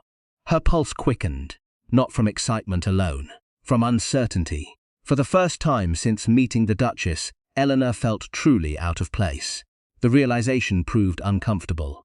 The carriage stopped. A line of servants waited, perfectly arranged, perfectly composed, perfectly intimidating. Before Eleanor could gather her courage, the front doors flew open, and the Duchess emerged, ignoring every expectation of aristocratic dignity. "Eleanor!" The older woman hurried down the steps, actually hurried. Several servants appeared shocked. The Duchess embraced her warmly. "My dear girl," Eleanor laughed. "Your Grace, nonsense." Agnes stepped back and inspected her. "You look beautiful." A blush warmed Eleanor's cheeks. The Duchess smiled knowingly. Then she lowered her voice. "Do not look now." That sentence guaranteed Eleanor immediately wished to look. "But my son has been staring toward the driveway for nearly an hour." The blush deepened. The Duchess looked delighted. Mission accomplished. Alexander stood near the entrance hall when Eleanor entered. For a moment, the world seemed to narrow. Dangerously, unexpectedly, completely. He had imagined seeing her again, many times, far more times than he cared to admit. Yet imagination had failed him, because the woman now walking beside his mother somehow looked both familiar and entirely new. The soft blue gown suited her perfectly. The candlelight enhanced the warmth in her eyes. Her smile remained unchanged. Thank heaven. Alexander realized with mild alarm that he had forgotten how difficult breathing could become. The Duchess noticed immediately. Naturally. She almost laughed. Instead, she announced loudly, "Alexander, you remember Eleanor?" The Duke silently questioned every decision that had led him to this moment. Eleanor curtsied politely. "Your Grace." He offered a small bow. "Miss Whitmore." The Fastilastitan added approximately 3 seconds. Then both smiled. And suddenly the weeks apart seemed much shorter. The Duchess slipped away. Satisfied. Extremely satisfied. Preparations for the ball consumed the remainder of the day. Guests arrived continuously. Carriages filled the grounds. Musicians rehearsed. Servants rushed through corridors. Blackthorn Hall transformed into a living spectacle. By evening, hundreds of candles illuminated the grand ballroom. Crystal chandeliers cast golden light across polished marble floors. Music floated through the air. Conversation blended with laughter. Jewels sparkled. Silk rustled. The season's most influential figures gathered beneath one magnificent roof, and among them walked Eleanor Whitmore, the village girl from Willowbrook, the girl who had once shared her final loaf of bread with a stranger. Now every eye seemed drawn toward her, some with curiosity, some with admiration, others with jealousy, particularly Lady Victoria Ashcombe. Victoria had arrived expecting attention. Instead, she discovered society discussing Eleanor. Repeatedly. The experience proved deeply irritating. The evening progressed smoothly. Too smoothly, which meant disaster was inevitable. The first sign arrived when Jonathan Blackwell appeared. Alexander noticed him immediately. His mood darkened at once. Blackwell moved comfortably among the guests. Too comfortably. As though he belonged there. As though he possessed every right to stand within Blackthorn Hall. The sight unsettled the Duke, especially because Blackwell appeared unconcerned, confident, almost pleased. Nearby, Eleanor felt a chill upon seeing him. She still remembered their conversation in Willowbrook, and the unsettling smile that had followed. Blackwell bowed politely. Miss Whitmore. Mr. Blackwell. The exchange remained civil, nothing more. Yet something dangerous lingered beneath the surface. Blackwell's eyes held secrets, too many secrets. Before the conversation could continue, Alexander appeared, remarkably quickly, almost suspiciously quickly. The Duke's gaze settled upon Blackwell, cold, unfriendly, protective, well noticed, and that smile. Again, always that smile. Your Grace. Alexander offered no greeting, none whatsoever. The message proved clear. Blackwell seemed entertained. Then he departed, leaving tension in his wake. Eleanor exhaled slowly. I dislike him. Alexander looked toward the ballroom. So do I. Neither realized how closely they now stood, or how naturally they had begun seeking each other's company. The realization would have alarmed them. The Duchess, however, would have celebrated. As the evening continued, dancing began. Couples filled the floor. Music soared. The atmosphere sparkled with elegance and romance. Eleanor watched from the edge of the room, comfortably unnoticed, or so she believed. In reality, several gentlemen had already expressed interest. More than several. One baron, 2 viscounts, an earl's younger son, and a remarkably persistent captain. The attention surprised her. It did not surprise the Duchess at all. Eventually Agnes approached, carrying the expression of a woman about to interfere. Again, my dear. Eleanor immediately became suspicious. Yes, you have not danced. I am observing you are hiding. A fair point, unfortunately. The Duchess smiled, then raised one hand towards someone across the room. Eleanor followed the gesture and froze, because Alexander had begun walking toward them. The Duchess's smile widened dangerously. Absolutely not. Absolutely yes. The Duke arrived, already suspicious. What have you done? The Duchess looked innocent, an obvious warning sign. Nothing. Alexander sighed. He knew that tone, unfortunately. Mother, you have not danced either. Silence. The Duchess looked between them, then stepped backward 1 step, 2 steps, 3. Retreating with tactical precision, until suddenly, neither Eleanor nor Alexander could prevent what happened next, because the orchestra began a new waltz, and the Duchess spoke the words both had feared. Alexander. The Duke closed his eyes briefly. No. Dance with her. The command echoed through the ballroom. Nearby guests immediately became interested. Very interested. Alexander opened his eyes, looked at Eleanor. Eleanor looked at him. The silence stretched long, dangerous, unavoidable. Finally, he extended his hand, slowly, carefully, as though offering far more than a dance. Miss Whitmore. Her pulse quickened. Against her better judgment, against all reason, against every sensible instinct she possessed, Eleanor placed her hand in his, and somewhere across the ballroom, hidden among smiling guests and glittering chandeliers, Jonathan Blackwell watched. His eyes narrowed, because the connection growing between the Duke and Eleanor was becoming stronger than expected, stronger than planned, and far more difficult to destroy.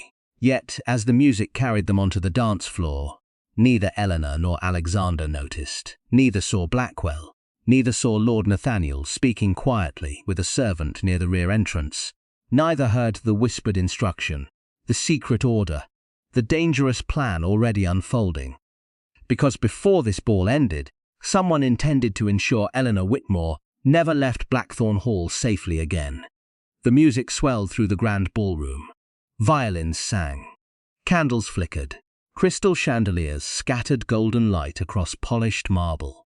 Yet for Eleanor, the room seemed to disappear. There was only the dance, only the music, and only the man standing before her.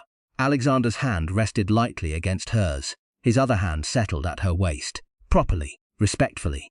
Yet the contact felt surprisingly significant, dangerously significant. Around them, dozens of couples moved gracefully through the waltz. Society watched, observed, judged. Neither Eleanor nor Alexander seemed particularly aware of it, at least not immediately. The Duke guided her effortlessly across the floor. Years of aristocratic training made every movement appear natural, elegant, controlled. Eleanor found herself grateful for the dancing lessons her mother had insisted upon years ago. At the time they had seemed impractical. Now they prevented catastrophe. A small blessing. You dance well, Alexander's voice carried above the music. Eleanor smiled. You sound surprised. Perhaps I am. She lifted an eyebrow. A village girl can read books and dance. His expression softened. You know that is not what I meant. The answer warmed her more than it should have. Far more. A dangerous silence settled between them. Not uncomfortable. Quite the opposite. The sort of silence that grows when two people begin understanding one another. The sort of silence that often leads to complications. The Duchess observed from across the room. She looked delighted, entirely delighted. Lady Victoria looked considerably less delighted. The dance continued. Conversation flowed naturally, effortlessly, as though neither wished it to end. Eventually, Eleanor asked the question she had been wondering about for days. Why did you never marry? The moment the words escaped, she regretted them. Immediately, the question felt too personal, too bold, too curious. Alexander's expression changed, only slightly, yet she noticed. The music continued around them. The ballroom spun gently. For several moments he remained silent. Then finally, I nearly did. The answer emerged quietly, without bitterness. Yet pain lingered beneath it, old pain, the kind that leaves scars. Eleanor waited patiently. The Duke continued. Her name was Charlotte, a beautiful name. The realization brought an unexpected sting, one Eleanor strongly disliked. She died? Alexander nodded once. 8 years ago. The words felt heavy, permanent, real. A long silence followed. Then Eleanor said softly, I am sorry. His gaze met hers, and for the first time she saw something few others ever witnessed. Vulnerability, not weakness, never weakness, simply honesty. The truth hidden beneath duty and titles and responsibility. I thought I would marry her. The confession surprised even him. He rarely spoke of Charlotte, almost never. Yet somehow speaking to Eleanor felt different, safer. The realization itself was dangerous, because trust always carried risk, and Alexander had spent years avoiding risk where his heart was concerned. Across the ballroom, Jonathan Blackwell watched, patiently, carefully. His attention shifted between the dancers and a nearby doorway. Ting. The plan was already in motion. Several servants had been bribed, a carriage prepared, messages delivered, everything arranged. The simplicity of it appealed to him, because the most effective schemes rarely required complexity, only timing and opportunity. Both were rapidly approaching. Blackwell lifted a glass of wine, smiled faintly, and waited. Meanwhile, the Duchess had acquired allies, a development that should have concerned everyone, particularly Alexander. Lady Beatrice Hawthorne joined her near the refreshments. The widow observed the dance floor thoughtfully, then laughed. What? The Duchess appeared innocent. A troubling sign. Your son. Lady Beatrice glanced toward the waltzing couple. He is finished. Agnes smiled. You noticed, everyone noticed. The widow accepted a glass of champagne. Except perhaps the two people involved. A fair assessment. The Duchess looked enormously pleased. He deserves happiness. He does. Lady Beatrice studied Eleanor, and she appears remarkably suitable. The Duchess nodded, very slowly, very deliberately, more than suitable. A pause. Then, she reminds me of myself.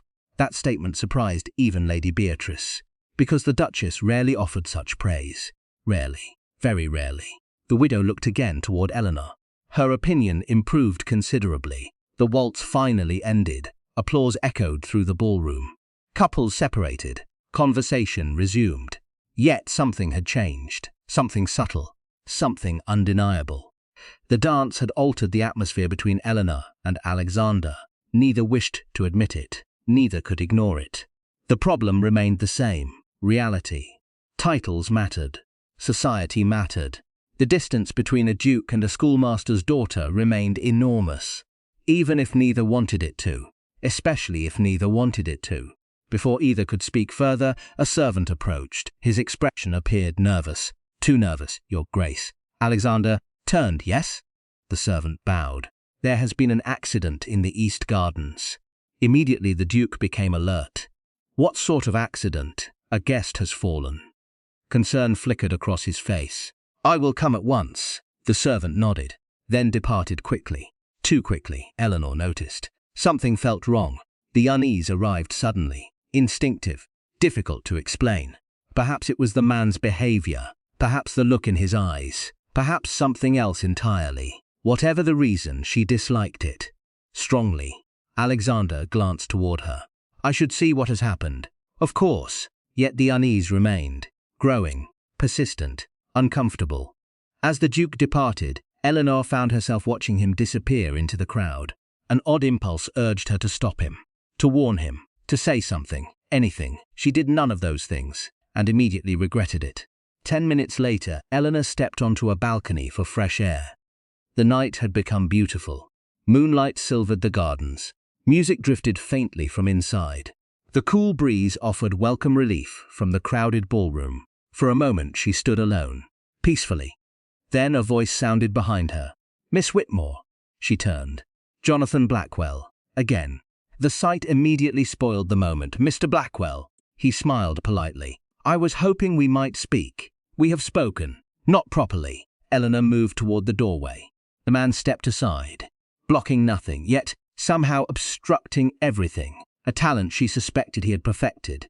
"What do you want?" The question emerged colder than intended. Blackwell appeared amused. "I wish to help you." The answer was absurd. Eleanor almost laughed. "I find that unlikely." The smile remained. "Then allow me to offer advice." "No, I insist." His eyes hardened slightly, enough to reveal something beneath the charm, something dangerous. "You are attracting attention. I am aware. Not the sort you should welcome." The warning felt genuine, which made it more unsettling. Eleanor studied him carefully. "What does that mean?" Blackwell hesitated, for the first time, then sighed. "As much as I dislike admitting it." His gaze shifted toward the ballroom, toward the Duke. "You are in danger." A chill raced through her. Instantly. "What danger?" Before he could answer, shouting erupted somewhere inside the hall, loud, panicked, urgent. The ballroom music stopped abruptly. Guests turned. Confusion spread. Then a terrified voice echoed through the corridors. "The Duke!" Everything froze. Another shout followed, even louder. "Someone find the Duke!" Eleanor's heart stopped. Because fear had already seized her, and deep inside, she somehow knew. Whatever had happened, it was not an accident. The moment the shout echoed through the hall, chaos erupted. Guests abandoned conversations. Musicians lowered their instruments. Servants rushed through corridors. Fear spread with astonishing speed. Eleanor did not think. She ran. The balcony, the gardens, the ballroom, everything blurred together. One thought dominated every other. Alexander. Behind her, Jonathan Blackwell cursed quietly, a reaction Eleanor never noticed. But it mattered, because for the first time since arriving at Blackthorn Hall, Blackwell looked genuinely alarmed. The plan had changed. Something had gone wrong, very wrong. And judging by his expression, even he had not expected it. Eleanor pushed through the crowd. The Duchess appeared ahead. Her face had gone pale, far paler than Eleanor had ever seen. "Agnes!" The older woman turned immediately. "Alexander," only one word. Yet it revealed everything: fear, dread, desperation. The Duchess seized a nearby servant. "What happened?" The young man trembled visibly. "We cannot find him, Your Grace." The room fell silent. The Duchess stared, uncomprehending. "What?" The Duke went toward the east gardens. The servant swallowed. He never returned. A terrible stillness settled over the room. Eleanor felt her pulse pounding. No, something was wrong. Deeply wrong. Alexander Ashford did not simply disappear. Not in his own home. Not surrounded by hundreds of guests. Not without reason. The Duchess seemed to reach the same conclusion. Immediately. Her gaze swept the room. Searching, calculating. Then suddenly her eyes narrowed. Jonathan Blackwell stood near the doorway, watching. The moment their gazes met, he knew. The Duchess understood. Not everything, but enough. And for the first time all evening, Blackwell looked uneasy. "Close the gates." The command rang through the hall. Everyone turned. The Duchess stood perfectly straight, perfectly composed. Yet beneath that composure burned fury, pure fury. "No one leaves Blackthorn Hall." The authority in her voice silenced every objection. Servants immediately moved. Doors closed. Footmen hurried toward the estate entrances. The guests exchanged nervous whispers. Something far more serious than a simple accident was unfolding. Eleanor stepped closer. "What do you think happened?" The Duchess answered without hesitation. "Someone took him." The words felt impossible, absurd, terrifying. And yet, every instinct insisted they were true. Meanwhile, deep beneath Blackthorn Hall, Alexander regained consciousness. Pain greeted him immediately. A sharp ache behind his eyes. Another in his shoulder. His vision blurred. then slowly sharpened. Darkness surrounded him. Cold stone walls, a narrow room, no windows, no furniture beyond a single chair. His hands were bound. The realization annoyed him more than frightened him. Someone had struck him from behind. A cowardly approach. He tested the restraints. Strong, professional, interesting, very interesting. A voice emerged from the shadows. "I was beginning to wonder when you would wake." Alexander looked up. Lord Nathaniel Ashford stepped into the light. The Duke stared. For several moments neither spoke. Then, "Nathaniel." His cousin smiled, a cold smile, the sort that never reached the eyes. "Good evening." Alexander's expression hardened, immediately. "Have you lost your mind?" Nathaniel laughed, a surprisingly genuine laugh. "On the contrary." He walked slowly across the room. "I believe this is the most rational decision I have ever made." The Duke understood instantly. Inheritance, title, fortune, everything. Nathaniel smiled again. "You always were quick. You're a fool." The answer arrived calmly, without hesitation. Nathaniel's amusement faded. "Perhaps." A pause. "Yet by tomorrow morning I shall be a very wealthy fool." Silence. Then Alexander asked the question that mattered. "Blackwell." Nathaniel nodded. "An extremely useful man." The confirmation settled heavily. At last the pieces aligned. Years of mystery, years of suspicion, years of unanswered questions. Nathaniel noticed the realization. "Yes." His smile widened. "Now you're beginning to understand." Alexander's gaze sharpened, dangerously. "What happened to my father?" The room became very quiet. Nathaniel stopped moving. For the first time, genuine tension appeared. Then slowly, very slowly, he smiled, and Alexander knew, before a single word was spoken. He knew. The answer emerged softly, almost casually. "As it happens," Nathaniel adjusted his cuffs. "I was hoping you might ask." Back upstairs, Eleanor refused to remain idle. Search parties had already begun. Servants searched corridors. Guards searched grounds. Guests whispered. Panic grew. Nothing, no sign of the Duke, not anywhere. The situation felt impossible until Eleanor remembered something, a detail, small, almost forgotten. Jonathan Blackwell's warning. "You are in danger." The words echoed in her mind, not Alexander. Her. Why? Suddenly she understood, or thought she did. If Blackwell feared for her, then perhaps he knew where the real threat existed. And if he knew, then perhaps he had left clues. The thought struck like lightning, without warning, without certainty. Yet enough. Eleanor turned immediately, toward the east wing, toward the place where Alexander had disappeared. The corridor stood empty, silent. Most guests remained gathered elsewhere. The perfect opportunity. Eleanor examined every detail carefully. A disturbed rug, scuff marks, an overturned candle stand, evidence, small evidence. But evidence nonetheless. She followed it. Step by step. The trail led toward an older section of Blackthorn Hall. One rarely used, one largely forgotten. The air felt colder here, the silence deeper. Finally she discovered it. A door. Hidden behind decorative paneling. Almost invisible. Almost. Her pulse quickened. This could be nothing or everything. Slowly she pushed. The panel moved, revealing a narrow staircase descending into darkness. Eleanor stared. Every sensible instinct advised retreat. Immediately. Find help. Find anyone. Instead, she thought of Alexander. Alone. Missing. Possibly injured. Possibly worse, and before common sense could intervene, she stepped into the darkness. Several minutes later, the Duchess made a discovery of her own. Jonathan Blackwell had vanished. Completely. The realization chilled her. Because guilty men fled. Innocent men remained. The older woman turned toward the captain of the estate guard. "Find him." The captain nodded. At once. Then hurried away.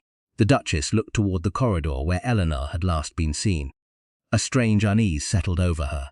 The sort that mothers learn never to ignore. "Eleanor?" No answer. The hall suddenly felt far too large, far too silent, and far too dangerous. Deep below the estate, Alexander listened in silence. Nathaniel stood before him, smiling, confident. Certain victory was within reach, the fool, because confidence often produced mistakes. And Nathaniel was about to make a very large one. "What happened to my father?" Alexander repeated. Nathaniel's smile widened. Then, slowly, he answered, "The same thing that is about to happen to you." At that exact moment, somewhere within the darkness beyond the chamber, a floorboard creaked. Both men froze. Nathaniel turned sharply. Alexander's pulse surged, because he recognized that sound. Someone else was down here, someone who should not be. And as a familiar figure emerged from the shadows, his heart nearly stopped. Eleanor. The whisper escaped before he could prevent it. She stood at the entrance, wide-eyed, breathing hard, having heard enough, far too much. And suddenly every danger facing Alexander became insignificant compared to one terrible realization. Nathaniel had just discovered the one person capable of ruining everything, and Eleanor Whitmore was now trapped underground with them. The underground chamber fell silent, a terrible silence, the kind that exists only in the seconds before disaster. Eleanor stood frozen at the entrance. Nathaniel stared at her. Alexander stared at her. Neither could quite believe she was there. The first emotion Alexander felt was relief. The second was terror, because Eleanor had heard enough, far too much, and now Nathaniel knew it. The heir presumptive's expression darkened instantly. Whatever mask of civility he had worn all evening vanished, revealing something colder, something uglier, something dangerous. Well, Nathaniel's voice echoed through the chamber. This is unfortunate. Eleanor remained where she stood. Every instinct urged her to flee.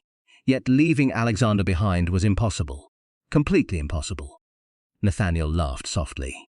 You truly are remarkable. The compliment sounded like a threat.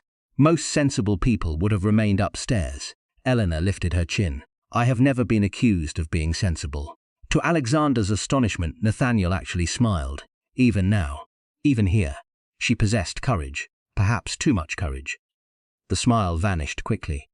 Unfortunately for you, courage is not always useful. Nathaniel reached slowly inside his coat. Alexander's entire body tensed. Danger, immediate danger. Eleanor. His voice sharpened. Run. She did not move. Nathaniel withdrew a pistol. The chamber instantly became still, deadly still. Now no one moves. Above them, Blackthorn Hall remained in turmoil. Searches continued. Guests whispered. The Duchess refused to sit, refused to rest, refused to surrender to fear. A servant hurried toward her, breathless, pale. Your Grace, what is it? We found Jonathan Blackwell. The Duchess turned sharply. Where? The servant swallowed. The Old West Stables. A pause. He was attempting to leave. The Duchess's eyes narrowed. The servant hesitated. Your Grace, what? The answer chilled the room. He was dead. Silence. Complete silence. The Duchess stared. For a moment she thought she had misheard. Then the truth settled heavily. Jonathan Blackwell. Dead. Which meant someone had silenced him. Someone afraid of what he knew. Someone desperate. Only one man fit that description, Nathaniel. The realization struck instantly.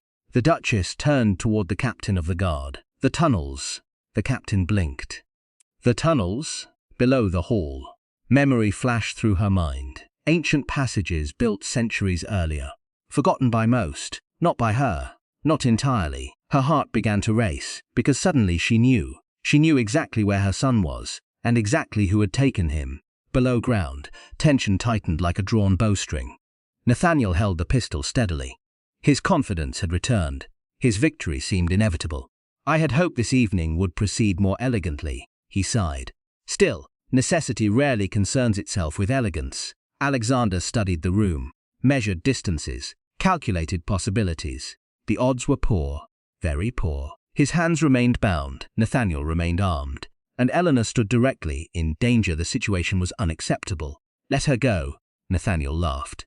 No, the answer came easily, almost cheerfully. She heard too much. His gaze shifted toward Eleanor. A thoughtful expression appeared. You know, this entire complication began because of you. Eleanor frowned. What? Nathaniel smiled.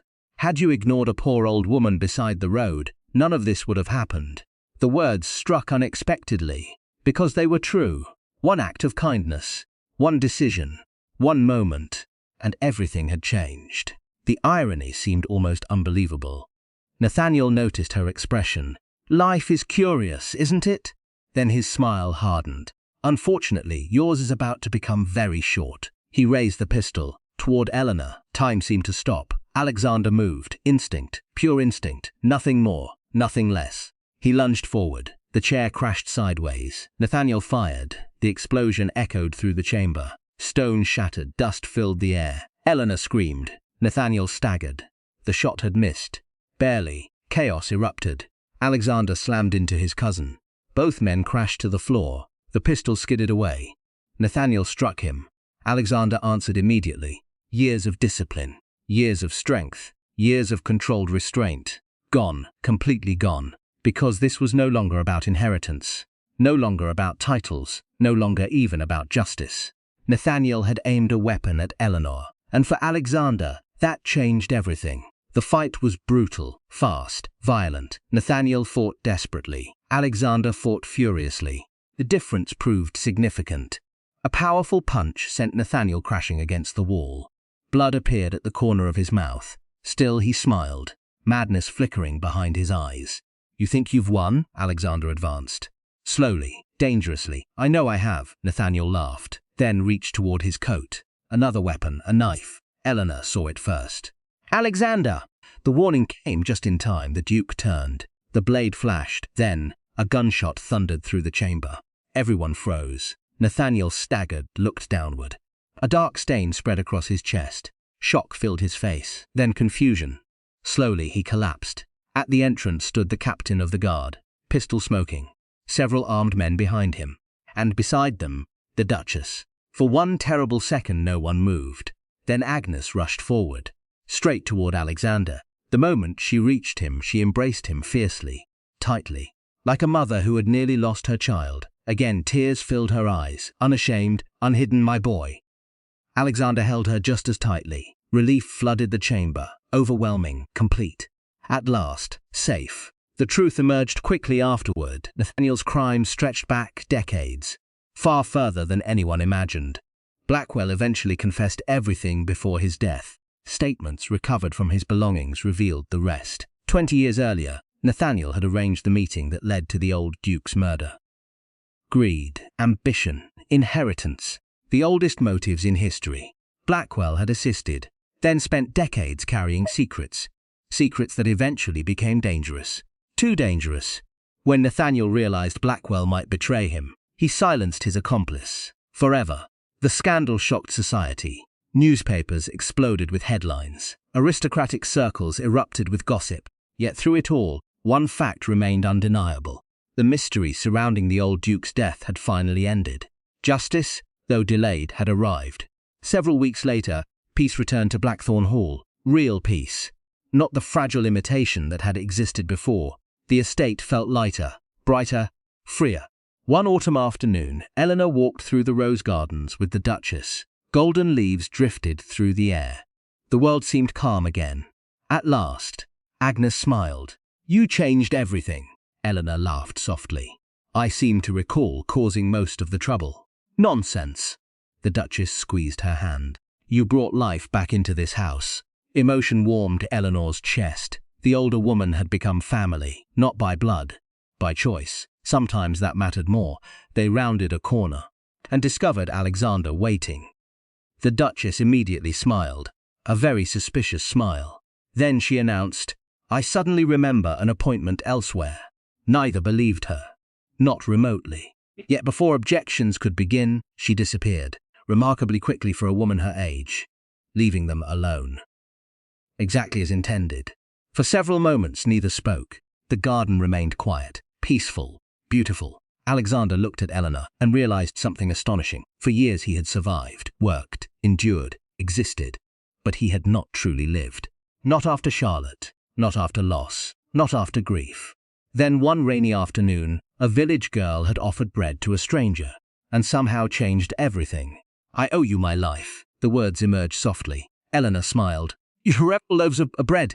He laughed, a real laugh. The sound warmed her heart. Then his expression grew serious. Not sad, not troubled, simply sincere. Eleanor. The way he said her name made her pulse quicken. Immediately, dangerously. You once asked why I never married. She nodded. Alexander stepped closer. I thought my story had already been written. Silence settled between them. Gentle, meaningful. I was wrong. Eleanor's breath caught. The autumn wind stirred the roses.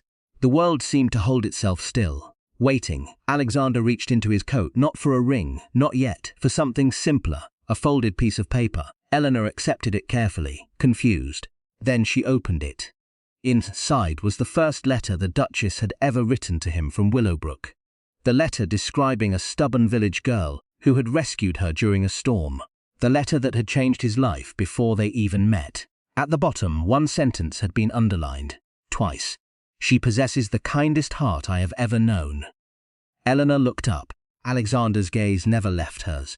"My mother was right." Emotion filled her eyes. "So was I." A pause. Then, "I love you." The words hung between them, simple, honest, certain. For one beautiful moment, Eleanor could not speak, because everything she felt seemed too large for language, too precious, too overwhelming. At last she smiled, through tears, through happiness, through disbelief. "I love you too." The answer felt like sunlight, like home, like destiny finally finding its way. Alexander drew her into his arms, and beneath the golden autumn sky, surrounded by roses and memories and second chances, they kissed. 1 year later, Blackthorn Hall celebrated a wedding unlike any in recent memory. Society attended, villagers attended, servants attended, everyone who mattered attended, because the story captured hearts across England. Not a story about titles, or wealth, or power, but a story about kindness. A simple act of kindness, one loaf of bread, one rainy road, one forgotten stranger, and the extraordinary future that followed.